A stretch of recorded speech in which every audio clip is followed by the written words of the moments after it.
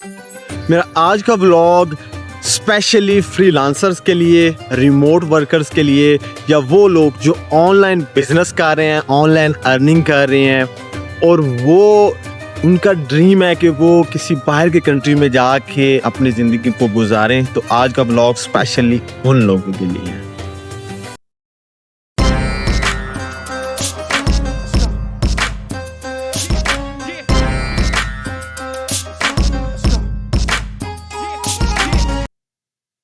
अस्सलामुअलैकुम, welcome back with देसी Brazilian vlogs. आप सबका दोस्त फजील आज एक नए व्लॉग टॉपिक के साथ आप सबके सामने हाजिर है। तो यार आज के इस व्लॉग में मैं स्पेशली फ्रीलांसर्स को, रिमोट वर्कर्स जो ऑनलाइन किसी भी किस्म की सर्विस प्रोवाइड कर रहे हैं, ऑनलाइन बिजनेस कर रहे हैं, उनकी कोई कंपनी है जिसमें वो डिजिटल मार्केटिंग और इस तरह की ऑनलाइन सर्विसेज प्रोवाइड कर रहे हैं, स्पेशली उन लोगों के लिए ये व्लॉग है। और उनका ड्रीम है कि वो बाहर की कंट्री में जाके भी अपने बिजनेस को एक्सपैंड करें या वो और किसी कंट्री में जाके अपनी ज़िंदगी को गुजारें। तो यार आज मैं बात करूंगा ब्राज़ील के डिजिटल नोमैड वीज़ा की, और जिसमें मैं आपको बताऊंगा कि डिजिटल नोमैड वीज़ा है क्या, और अगर आप डिजिटल नोमैड वीज़ा पे ब्राज़ील आते हैं तो कैसे आ सकते हैं, वीज़ा एप्लीकेशन का प्रोसेस, कौन कौन से डॉक्यूमेंट्स जो आप प्रोवाइड करें और आप इजीली वीज़ा ले सकते हैं, और उसकी रिक्वायरमेंट, सब चीज़ें इसमें मैं आज बताऊंगा। तो मेरे इस व्लॉग को पूरा देखिएगा और मेरे YouTube चैनल को भी साथ सब्सक्राइब करें, वीडियो को लाइक एंड शेयर करें, ताकि मैं इस तरह की ब्राज़ील के बारे में बेस्ट अपॉर्चुनिटीज़ आपके साथ मैं शेयर करता रहूं। तो चलें अभी हम अपने व्लॉग मेन वीडियो की तरफ मूव करते हैं। अभी हम बात करते हैं डिजिटल नोमैड वीज़ा है क्या।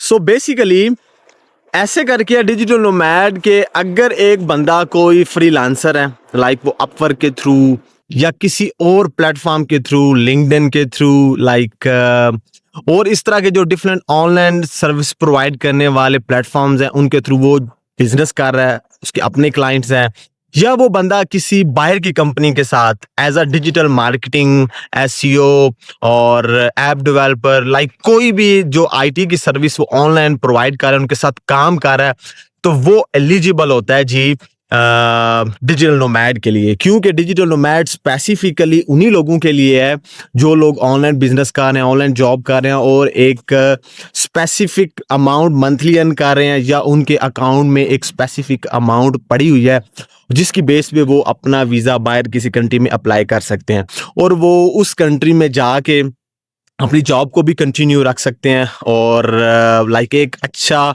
स्टैंडर्ड ऑफ लाइफ गुजारने के साथ साथ आप क्या कर सकते हैं जी, अगर किसी और कंट्रीज की परमानेंट रेजिडेंसी, सिटीजनशिप, उस प्रोसेस की तरफ भी मूव कर सकते हैं। तो अगर हम अभी के टाइम की बात करें तो पोर्चुगाल भी ऐसी अपॉर्चुनिटीज दे रहा है, यूएई भी अपॉर्चुनिटी दे रहा है, स्पेन का भी एक ट्रेंड चला हुआ है डिजिटल नोमैड का।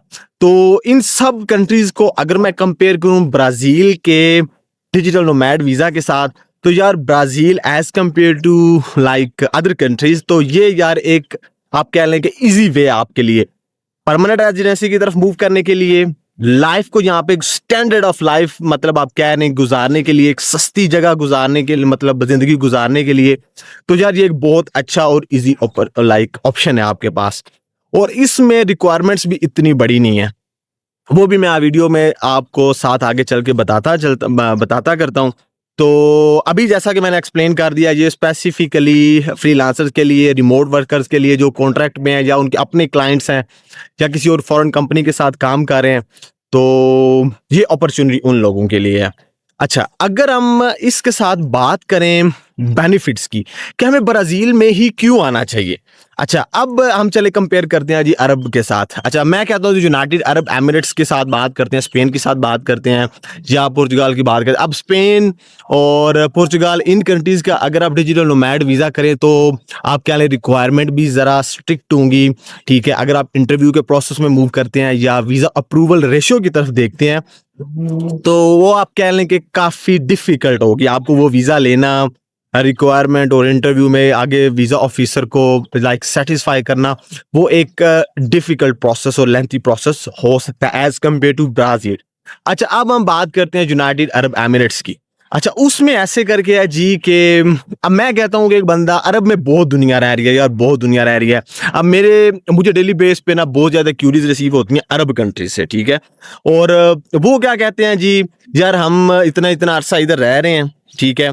और हमें अब किसी और कंट्री की तरफ मूव करना है। लाइक आप हम 10 साल गुजार दिए, 15 साल गुजार दिए, तो वो वैसे के वैसी जिंदगी गुजार, मतलब कोई उनके पास सिटीजनशिप या कुछ। अगर हम स्टैंडर्ड ऑफ लाइफ की बात करें, नो डाउट अरब में मतलब दुबई में बहुत अच्छी है या बहुत लेवल की है, बहुत टूरिस्ट जाता करता है। उस चीज से मैं मतलब उसको क्रिटिसाइज नहीं कर रहा, या उसके मैं मतलब अगेंस्ट नहीं, ठीक है बहुत अच्छा लाइफ स्टैंडर्ड है उधर। लेकिन हम एक बंदा जो घर से निकलता है ना, वो इसी प्लान के साथ निकलता है कि यार मैं अगर किसी और कंट्री में मूव करूं, ठीक है, तो मैं यहाँ से 1 साल के लिए ना जाऊं, 2 साल के लिए ना जाऊं, मैं यहाँ पे लॉन्ग टर्म के लिए स्टे करूं। कुछ मतलब वो लॉन्ग टर्म स्ट्रेटेजी मतलब बना के निकलता है, या वो चाहता है कि लाइफ टाइम उसको उस चीज का फायदा हो सके, उसको, उसके बच्चों को या उसकी और फैमिली मेंबर्स को। तो ब्राजील इस मतलब आप लिहाज से सोचे ना तो बहुत बेस्ट ऑप्शन है। अच्छा जी, एक तो इसमें आप आके यहाँ पे रहते हैं तो काफ़ी आपको अपॉर्चुनिटीज़ मिल जाती हैं, परमानेंट रेज़िडेंसी की भी, सिटीज़नशिप की तरफ भी आप मूव कर सकते हैं, तो ये एक अच्छा ऑप्शन बन सकता है। अच्छा, ये होगा जी एक बेनिफिट। फिर उसके साथ मैं बात करता हूँ स्टैंडर्ड ऑफ लाइफ की, कॉस्ट ऑफ लिविंग की। अच्छा, अब मैंने ना अपने ग्रोसरी पे भी एक व्लॉग बनाया हुआ है, ठीक है? उसके साथ मैंने एक हाउस रेंट पे भी व्लॉग बनाया हुआ है, और फिर उसके बाद अगर मैं कॉस्ट ऑफ लिविंग की बात करूँ, तो यार उसका भी मैंने एक व्लॉग बनाया हुआ है। अच्छा जी, अब ऐसे करके होता है कि आप क्या करते हैं जी, एक कंट्री में जाने का जब प्लान करते हैं, तो आप कहते हैं यार हम अगर वहाँ पे जाएँ ना, तो मैं जितना पैसा कमा रहा हूँ ना, मुझे एक तो मैं अपना बिज़नेस एक्सपैंड करूँ, सर्विसेज़ मैं प्रोवाइड कर रहा हूँ, मुझे और क्लाइंट्स मिले, मैं और पैसा जनरेट करूँ। अगर मैं एट द मोमेंट पाकिस्तान की बात करूँ, तो मैं खुद डिजिटल मार्केटिंग का काम मैंने बहुत अरसा किया है। तो जो ऑनलाइन वर्कर हैं, जो किसी कंपनी में काम कर रहे हैं, इवन तो कि पाकिस्तान में कंपनीज़ भी जो एक प्रॉब्लम फेस करती हैं ना, वो क्या है? आए रोज़ कभी धरना, कभी कोई प्रॉब्लम, कभी इंटरनेट को मतलब बंद कर दो, कभी कोई इश्यू, कभी कोई इश्यू, कभी कोई इश्यू, कभी कोई इश्यू, मतलब डिफरेंट डिफरेंट, और बहुत ज़्यादा यार ये लोग इफ़ेक्ट होते हैं, ठीक है? अगर आप किसी से पूछे यार कोई प्रॉब्लम फेस कर रहे हैं, आपके क्लाइंट के साथ कम्युनिकेशन और मतलब ये सब चीज़ें, तो बिज़नेस ओनर जो होते हैं वो कहते हैं कि हाँ यार ये प्रॉब्लम फेस करना, ये नहीं होना चाहिए। अच्छा, अगर ब्राज़ील में आप आके रहते हैं, तो एक तो आपको इंटरनेट का कोई इश्यू नहीं होगा, आपको लोड शेडिंग का कोई ऐसा इश्यू नहीं होगा। प्रॉपर फ्रीडम के साथ आप अपनी मर्ज़ी से अच्छे वे के साथ काम कर सकते हैं जी। अच्छा, ये होगा ये दूसरा बेनिफिट। अगर कॉस्ट ऑफ लिविंग की बात करें, फूड की बात करें, अकोमोडेशन की बात करें, तो as compare to United Arab Emirates के साथ-साथ आप बात करें किसकी जी, स्पेन की और यूरोपियन कंट्रीज़ की, उनकी निस्बत आप यहाँ पे सस्ती ज़िंदगी गुज़ार सकते हैं। कस्टमर तो वो ही है जो आप बाहर से यूरो डॉलर्स में पाकिस्तान में कमा रहे हैं, ठीक है? लेकिन आपको वहाँ पे काफ़ी इश्यूज़ फेस हो रहे हैं, इंडिया में है या किसी भी और कंट्रीज़ में है, तो वो आप यहाँ पे किसी भी पर्पज़ के लिए यहाँ पे आते हैं। फॉर एग्ज़ाम्पल आप मैं कहता हूँ, जो एक बंदा कहता है यार मैंने जाना है, तो मैं वहाँ पे जाके एक तो ये काम करूँगा और साथ अपनी परमानेंट रेज़िडेंस और सिटीज़नशिप का भी कुछ प्लान कर लूँगा। तो यार ये ब्राज़ील उसके लिए बड़ा अच्छा है। अगर आप स्पेन की बात करें, पुर्तगाल, बड़ा लंबा प्रोसेस है पीआर की तरफ, टीआरपी की तरफ, इस तरह करके करने कराने के लिए। अच्छा जी, ये मैंने आपको जी बेनिफिट, इसके अलावा और भी यार बहुत ज़्यादा बेनिफिट हैं, ठीक है?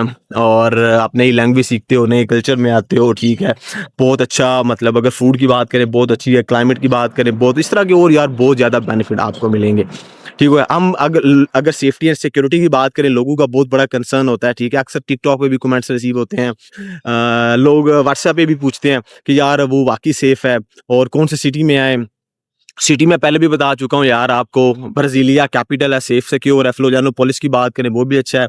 कुरिचिबा को भी किसी हद तक अच्छा सेफ समझा जाता है। साओ paulo, रियो को थोड़ा डेंजरस समझा जाता है, लेकिन वो बड़े सिटीज़ हैं, ठीक है? और किसी भी कंट्री के बड़े सिटी की बात करें तो वहाँ पे क्राइम होता है, इसमें कोई शक वाली बात ही नहीं है।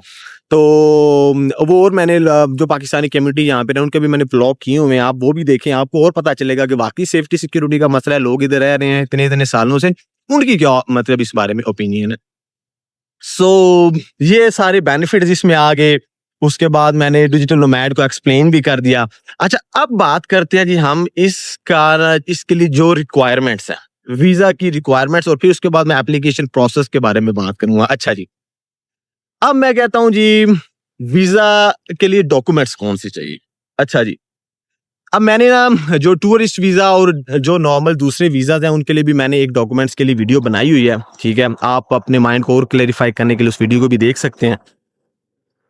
अच्छा जी, सबसे पहला जो डॉक्यूमेंट आपको चाहिए ना, ठीक है, वो तो आपका चाहिए होता है जी पासपोर्ट, कि एक बंदे का पासपोर्ट हो, ठीक है? और उसके ऊपर उसकी 6 मंथ की तकरीबन और ड्यूरेशन कि वो 6 मंथ तक एक्सपायर ना हो रहा हो और उसपे कुछ पेजेस ब्लैंक हो, लाइक जिस पे वो वीज़ा को स्टैम्प कर सकें या कुछ ऐसे हो सके।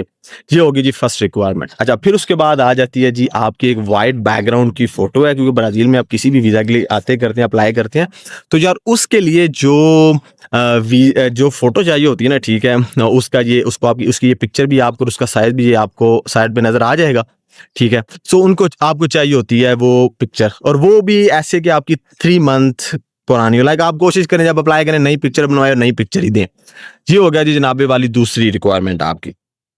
अच्छा जी, फिर उसके बाद जनाबे वाला आपकी एक जो मतलब है ना रिक्वायरमेंट डॉक्यूमेंट की, वो ये है कि जनाब आप है ना जो आप जिस कंट्री में रह रहे हैं उसका रेजिडेंट कार्ड लाइक आइडेंटिटी आपके पास हो। अब मैं कहता हूँ एक बंदा दुबई में रह रहा है, उसकी आइडेंटिटी है, ठीक है, वो ब्राजील से अप्लाई कर सकता है, ठीक है, उसको अपनी जिस जगह पे बॉर्न हुआ है उसकी देने की जरूरत नहीं है। जिस जगह पे रह रहा है, दुबई में रह रहा है, किसी भी और कंट्री में रह रहा है, वो यहाँ से इधर आ सकता है अपने रेजिडेंट कार्ड, मतलब वो शो करके, वो एक रिक्वायरमेंट होती है उस कंट्री से की एम्बेसी से आपने अपना प्रोसेस जब करना होता है। अच्छा, ये होगी जी थर्ड थर्ड ऑप्शन हो गया जी, मतलब थर्ड रिक्वायरमेंट होगी। उसके बाद एक और बहुत मेन जो होती है ना, ठीक, अब मैं मेन की बात करने लगा। अब मेन में ऐसे करके है जी, आप जिस कंट्री में रह रहे हैं ना, अब मैं कहता हूँ एक बंदा पाकिस्तान से अप्लाई कर रहा है, इंडिया से अप्लाई कर रहा है, तो यार उसका जो क्लाइंट है ना वो पाकिस्तानी इंडियन नहीं होना चाहिए, वो किसी और कंट्री का होना चाहिए। फॉर एग्जाम्पल वो यूरोप का, अमेरिका, मतलब या किसी भी और कंट्री का, उसका वो ब्राजील का भी नहीं होना चाहिए, वो उस कंट्री का भी नहीं होना चाहिए, वो किसी और कंट्री का होना चाहिए, ठीक है? क्योंकि ब्राजील का जब होगा तो वो फिर और तरह का प्रोसेस है, वो आपको वर्क स्पॉन्सर का वीजा, वो और प्रोसेस चला जाता है, तो मैं उस पर बात नहीं करूंगा। लेकिन आपका जो क्लाइंट होना चाहिए वो किसी और मतलब एरिया का होना चाहिए। अच्छा, जब जो सर्विसेज आप ऑनलाइन प्रोवाइड कर रहे हैं ना, ठीक है। अच्छा, अब ना अगर हम बात करें इसी चीज के अंदर एक और जो बहुत मेजर है उसको बोलते हैं जी डिक्लेरेशन। आपने डिक्लेरेशन देनी होती है। अब डिक्लेरेशन बेसिकली क्या है? आपने डिक्लेरेशन ऐसे करके देनी होती है कि आप ऑनलाइन का एक आपने लेटर लिखना होता है, ठीक है, उसके ऊपर अपना नाम, प्रॉपर पासपोर्ट नंबर, सब चीजें आपने लिखनी होती हैं, ठीक है। उसमें आपने ये लिखना होता है अपने बारे में कि आपकी क्या स्किल्स हैं, आप कौन सी सर्विसेज प्रोवाइड कर रहे हैं, ठीक है, आपके पास अपना लैपटॉप है, आप सब चीजें आपके पास अपनी अवेलेबल हैं, ठीक है, और उसकी बेस पे आप क्या कर रहे हैं, इतनी सर्विसेज ऐसे ऐसे करके कस्टमर्स को प्रोवाइड करें। मतलब कि आपको थोड़ा बहुत अपना थोड़ा बहुत बैकग्राउंड के साथ साथ आपकी जो स्किल है उसके साथ साथ आपके पास सारे जो मतलब आप कह रहे हैं लाइक लैपटॉप और जो भी चीजें उस सर्विस में यूज होती हैं, ठीक है, वो सर्विस प्रोवाइड करने में, अगर एक वीडियो वाला है, वीडियोग्राफर है, उसके पास कैमरा और इस तरह की एक मार्केटिंग वाला बंदा है, उसके पास आप कह लेंगे डिफरेंट ऑनलाइन डिजिटल टूल्स और डिफरेंट इस तरह करके चीजें आपके पास हों, वो एक लेटर लिखना होता है और उस लेटर के ऊपर आपने सिग्नेचर करके प्रॉपर आपने ना जिस कंट्री में आप रेजिडेंट है, जिस कंट्री में आप रह रहे हैं ना, उस कंट्री से आपने उसको नोटराइज करना होता है। मतलब कि नोटरी पब्लिक की जो होती है, नेक्स्ट स्टैंप होती है, फिर उसके बाद वहाँ की जो मिनिस्ट्री ऑफ फॉरेन अफेयर है, ठीक है, अगर आप अपोस्टाइल करवा सकते हैं उस डॉक्यूमेंट को तो आप उसको अपोस्टाइल करवा लें। अगर आप अपोस्टाइल नहीं करते तो मिनिस्ट्री ऑफ फॉरेन अफेयर से जाके उसको स्टैंप करवा लें। तो वो आपका एक डिक्लेरेशन लेटर है ना, वो आपका रेडी हो जाता है, जो आपने आगे अपनी एप्लीकेशन में अटैच करके देना होता है। अच्छा जी, अब आ गई जी जनाबे वाला दूसरी। अब दूसरी जो है ना, उसमें आपकी जो अर्निंग है ना उसके बारे में बात करनी है और बैंक स्टेटमेंट के बारे में बात करनी है। अब दूसरी ऐसे करके है कि आप है ना जो ऑनलाइन सर्विस प्रोवाइड कर रहे हैं, किसी कंपनी के साथ काम कर रहे हैं या जैसे भी करके कर रहे हैं, आपकी जो मंथली अर्निंग होनी चाहिए ना, ठीक है, वो होनी चाहिए $1,500, लाइक $1,500, लाइक $1,500 पर मंथ आप अर्न कर रहे हो, ठीक है। वो किसी भी करेंसी में हो सकता है, लेकिन वो इक्वल कितना हो, $1,500 के पर मंथ आप उसको कर सकते हैं। अच्छा जी, और ऑन दी अदर साइड अगर बैंक स्टेटमेंट की बात करें तो बैंक स्टेटमेंट आपके अकाउंट में $18,000 आपके अकाउंट में होने चाहिए। 3 मंथ की बैंक स्टेटमेंट को एक्सेप्ट करते हैं और अगर आपके पास 18,000 नहीं है, आप मंथली $1500 अर्न कर रहे हैं, तो आपकी पे स्लिप्स जो होती है ना, जो जिस कंपनी से काम कर रहे हैं, जैसे भी आप वो पे स्लिप आप दे सकते हैं। और अगर आप अकाउंट में इतनी अमाउंट है $1800, तो 18,000 सॉरी $18,000, तो आप उस बैंक स्टेटमेंट को भी साथ डॉक्यूमेंट के अटैच कर सकते हैं। ये होगी थी जनाबे वाला आपकी 2 मेजर जो डिजिटल नोमैड वीजा के लिए आपकी फाइल को स्ट्रांग और एलिजिबल करती हैं।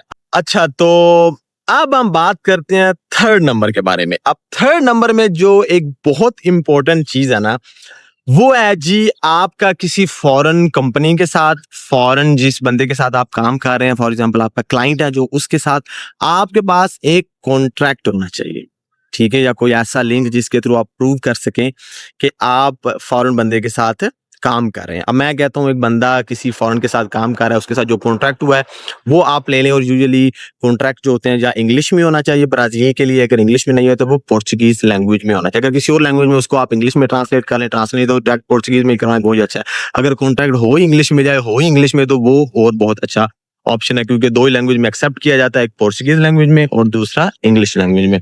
तो ये आपकी 3 रिक्वायरमेंट्स है। अच्छा जी, जिसमें मैंने आपको बैंक स्टेटमेंट के बारे में बताया, $18,000 आपके अकाउंट में होना चाहिए, या आपकी 1500 मंथली अर्निंग है, उसकी पे स्लिप्स आपके पास हों, ठीक है, वो भी 3 से 4 मंथ की। आप, मैं कहता हूँ 6 महीने की बिहार अटैच करते हैं, 3 महीने की बेसिकली रिक्वायरमेंट है, वो हो गई। फिर उसके बाद आपका कॉन्ट्रैक्ट, और ये डॉक्यूमेंट्स जो है ये इंग्लिश में होने चाहिए। अगर इंग्लिश में नहीं, किसी और लैंग्वेज में, तो आप उनको पोर्चुगीज लैंग्वेज में ट्रांसलेट कर लें, या फिर उसको इंग्लिश में करके आप क्या कर सकते हैं जी, आगे प्रोवाइड कर सकते हैं। और मैं रिकमेंड यही करूंगा कि अगर किसी और लैंग्वेज में है तो उसको पोर्चुगीज में ही ट्रांसलेट करें और आगे प्रोवाइड करें। अच्छा जी, ये हैं जी जनाबे वाला 3 मेजर रिक्वायरमेंट्स, ठीक है, जो अगर आप करते हैं, ठीक है, तो आप डिजिटल नोमैड वीजा के लिए एलिजिबल है। इसमें कोई आपको फ्लाइट टिकट और ऐसी चीजें नहीं। हाँ, इसमें एक और बहुत इंपॉर्टेंट जो रिक्वायरमेंट है वो है जी आपकी ट्रैवल इंश्योरेंस। आपकी ट्रैवल इंश्योरेंस इस वीजा के लिए बहुत जरूरी है, ठीक है, जिसमें आपको हेल्थ और इस तरह की ट्रैवल इंश्योरेंस, हेल्थ इंश्योरेंस मिलना। तो आपको वो वीजा रिक्वायरमेंट के लिए तो जरूरी है। जब ब्राजील में आ जाते हैं आप, ब्राजील में जो हेल्थ केयर का सिस्टम है वो है जी फ्री, ठीक है। आप अब वीजा की रिक्वायरमेंट है, आपने क्या करना है जी, वो लेनी करनी है। उसको आप क्या करेंगे जी, वीजा एप्लीकेशन के साथ अटैच करेंगे, और वो जरूरी है क्योंकि एम्बेसी अदरवाइज आपकी एप्लीकेशन को मतलब एक्सेप्ट ही नहीं करेगी। वो अटैच करें और उसके बाद आप अपने वीजा प्रोसेस को कंप्लीट करें और आप आगे मूव करें। इसके अलावा कोई आपको अकोमोडेशन का मुझे अकोमोडेशन की रिजर्वेशन नहीं करनी, ठीक है, और ना ही आपको फ्लाइट की रिजर्वेशन करनी है, ठीक है, जो बाकी टूरिस्ट वीजा और इस तरह के वीजाज में रिक्वायर्ड होते हैं। तो यूं करके अब आप जब बंदा यहाँ पे आ जाता है, और ये जो वीजा होता है ना, ये आपको स्टेट इशू होता है 1 ईयर का, ठीक है। 1 ईयर का ये परमिट आपको इशू करता है। अब आप वीजा लेके आ जाते हैं, ठीक है, सारी चीजें लेके फिर आप यहाँ पे आते हैं। यहाँ पे आगे पोलिसिया फेडरल जो यहाँ पे इमिग्रेशन को कंट्रोल करती है सारा, उसके पास जाते हैं, ठीक है। उसको जो आपका कॉन्ट्रैक्ट वीजा जो सब चीजें आपकी होती हैं वो आप उसको प्रोवाइड करते हैं, और करने के साथ आप क्या करते हैं जनाबे वाला, वो आपको एक 1 ईयर का परमिट इशू कर देते हैं। और उस परमिट को, वो 1 ईयर का इशू होता है, जब आपका वो 1 ईयर कंप्लीट होता है तो फिर आप उसको अगेन 1 ईयर में रीन्यू, लाइक आप 2 ईयर में लेके जा सकते हैं। अब उस 2 ईयर में अगर आपके यहाँ पे बेबी की बर्थ हो जाती है, या फिर आप, और एक और इम्पोर्टेंट चीज, आप इस वीजा में अपने डिपेंडेंट को भी साथ लेके आ सकते हैं, लेकिन उसके मुताबिक फिर आपको सारी income everything bank statement show करनी पड़ेगी। अच्छा जी, आपका क्या हो गया जी, परमिट इशू हो गया 2 ईयर, आपने मतलब 2 ईयर आपने यहाँ पे क्या कर लिया जी, उसको एक 1 ईयर कंप्लीट किया, फिर सेकंड 2 ईयर पे आए, उसको भी आपने कंप्लीट कर लिया। अब इन 2 ईयर में अगर आपका बेबी की बर्थ हो जाती है, आपको कहीं और किसी कंपनी से स्पॉन्सरशिप मिल जाती है, या फिर आप बड़ी इन्वेस्टमेंट कर लेते हैं, तो फिर आपका ये वीजा कन्वर्ट हो जाता है फर्दर जो ऑप्शन आप लेते हैं। फॉर एग्जांपल बेबी की बर्थ होती है तो डायरेक्ट आप परमानेंट में मूव कर जाएंगे, वर्क पे मिलता है तो फिर आप वर्क वाली रिक्वायरमेंट में चले जाएंगे, और फिर उसके मुताबिक आप PR, TRP, BR या सिटीजनशिप के प्रोसेस की तरफ मूव करते हैं। सो बेसिकली ये है। इसके अलावा जो डॉक्यूमेंट चाहिए उसमें आपका बर्थ सर्टिफिकेट बहुत इंपॉर्टेंट है, ठीक है, और बर्थ जो सर्टिफिकेट है वो आपने प्रोवाइड करना होता है। इंग्लिश में। फिर उसके बाद जो आपका पुलिस करैक्टर सर्टिफिकेट ब्राजील के लिए बहुत इंपॉर्टेंट, बेशक और कंट्रीज के लिए भी होगा, लेकिन मैं ब्राजील के बारे में बता रहा हूँ, वो आप बहुत जरूरी है। आपको करैक्टर सर्टिफिकेट अपनी कंट्री से अपोस्टाइल्ड वो प्रोवाइड करना बहुत जरूरी होता है। अच्छा जी, ये आपकी चीजें होगी। और मेरा नहीं ख्याल इसके अलावा, हाँ, इसके लिए जो वीजा एप्लीकेशन प्रोसेस है वो भी मैंने एक बहुत डिटेल में वीडियो बनाई हुई है, आप उस वीडियो को देखें, प्रोसेस सेम ही है। अब एक बंदा पाकिस्तान से करता है ना अप्लाई, तो उसके लिए प्रोसेस डिफरेंट होगा, क्योंकि मुझे बहुत ज्यादा पाकिस्तान से लोगों ने कांटेक्ट किया है, तो वो क्या कहते हैं जी, यार हमने पहला फॉर्म तो फिल कर लिया, मेरी वीडियो देखते हैं, हमने एक फॉर्म फिल कर लिया, सेकंड में नहीं मूव कर रहे। लेकिन पाकिस्तान में प्रोसेस ऐसा है, जब आपने पहला फॉर्म फिल किया, आपने एक ईमेल करनी होती है पाकिस्तान एम्बेसी को, मतलब ब्राजील की एम्बेसी जो पाकिस्तान इस्लामाबाद में है उसको, या कॉन्सुलेट जो और सिटीज में है, वहां पे आपने क्या करना होता है जी, ईमेल करनी होती है। उस ईमेल में आपने अपना प्रोटोकॉल नंबर, जो एक डॉक्यूमेंट आप मेरी वीडियो में देखें, पहला जनरेट करना होता है। उसका प्रोटोकॉल नंबर, अपना ईमेल और सब कुछ ये देनी होती है। नाम हो गया, पासपोर्ट नंबर हो गया, और इसकी जो फी है ना वो $80 होती है वीजा एप्लीकेशन प्रोसेस की। तो वो एप्लीकेशन की रिसिप्ट आपने पाकिस्तान एम्बेसी में फॉरवर्ड करनी, फिर वो आपके एवेलुएट करके सब चीजें देखने करने के बाद फिर वो आपको क्या करते हैं जी, अपॉइंटमेंट देते हैं, जिसमें आपका इंटरव्यू और आपने फिजिकल डॉक्यूमेंट वहां पे करने जमा कराने होते हैं। ऑन दी अदर साइड, अगर मैं पाकिस्तान के अलावा किसी और कंट्री की बात करूं, तो उनका जो सारा प्रोसेस है वो ऑनलाइन, उसको आपको कोई ईमेल करने की जरूरत नहीं, कुछ भी नहीं। जो मैंने वीडियो बनाई है सेम टू सेम वो ही है, ठीक है। वो फिर आपको क्या करते हैं, अगर आप एम्बेसी में आ सकते हैं तो आप क्या करें जी, फिजिकली डॉक्यूमेंट जाके जमा करवाएं। अगर आप फिजिकली नहीं कर सकते तो फिर आप क्या करें, बाय पोस्ट उनको सेंड कर सकते हैं। और अगर जाके आप वीजा कलेक्ट कर सकते हैं तो भी अच्छा है। अगर जाके वीजा कलेक्ट नहीं करते तो फिर आपको एडवांस में एक पोस्ट बाय करनी होती है, ठीक है, DHL या TSS TCS के थ्रू, TCS के थ्रू। तो वो आपका पासपोर्ट वीजा लगा नहीं लगा वो आपको आपके घर में ही भेज देते हैं। सो बेसिकली ये है सारा डिजिटल नोमैड वीजा का। तो यहाँ पे कोई इलेक्ट्रिसिटी का कोई इशू नहीं है, ठीक है, कोई फ्रीडम का नहीं। और सबसे बड़ी बात यहाँ पे आपको, अगर आप इस वीजा पे होते हैं तो आपको टैक्स देने की भी जरूरत नहीं पड़ती, ठीक है। और यूं करके आप अपनी सारी चीजों को डिजिटल नोमैड पे, मतलब आप यहाँ का प्रोसेस कर सकते हैं। और अगर अभी भी मेरा नहीं ख्याल मैंने कोई भी और चीज छोड़ी हो, क्योंकि हर चीज को मैंने पहले भी वीडियोस बनाई, उनके साथ मैंने लिंक करके आपके हर क्वेश्चन का आंसर, सेफ्टी सिक्योरिटी का भी, अकोमोडेशन का भी, फूड का भी, लिविंग कॉस्ट का भी, एप्लीकेशन प्रोसेस का भी, डॉक्यूमेंट्स का भी, डिजिटल नोमैड वीज़ा है कि आपकी स्पेसिफिकली इसमें रिक्वायरमेंट्स क्या है जिसके थ्रू आप अप्लाई कर सकते हैं। और इसका अगर टाइम प्रोसेस को देखें कितने टाइम में रिस्पांस आता है, तो यूजुअली हर एम्बेसी, हर कंट्री में मतलब वर्कलोड के ऊपर डिपेंड करता है।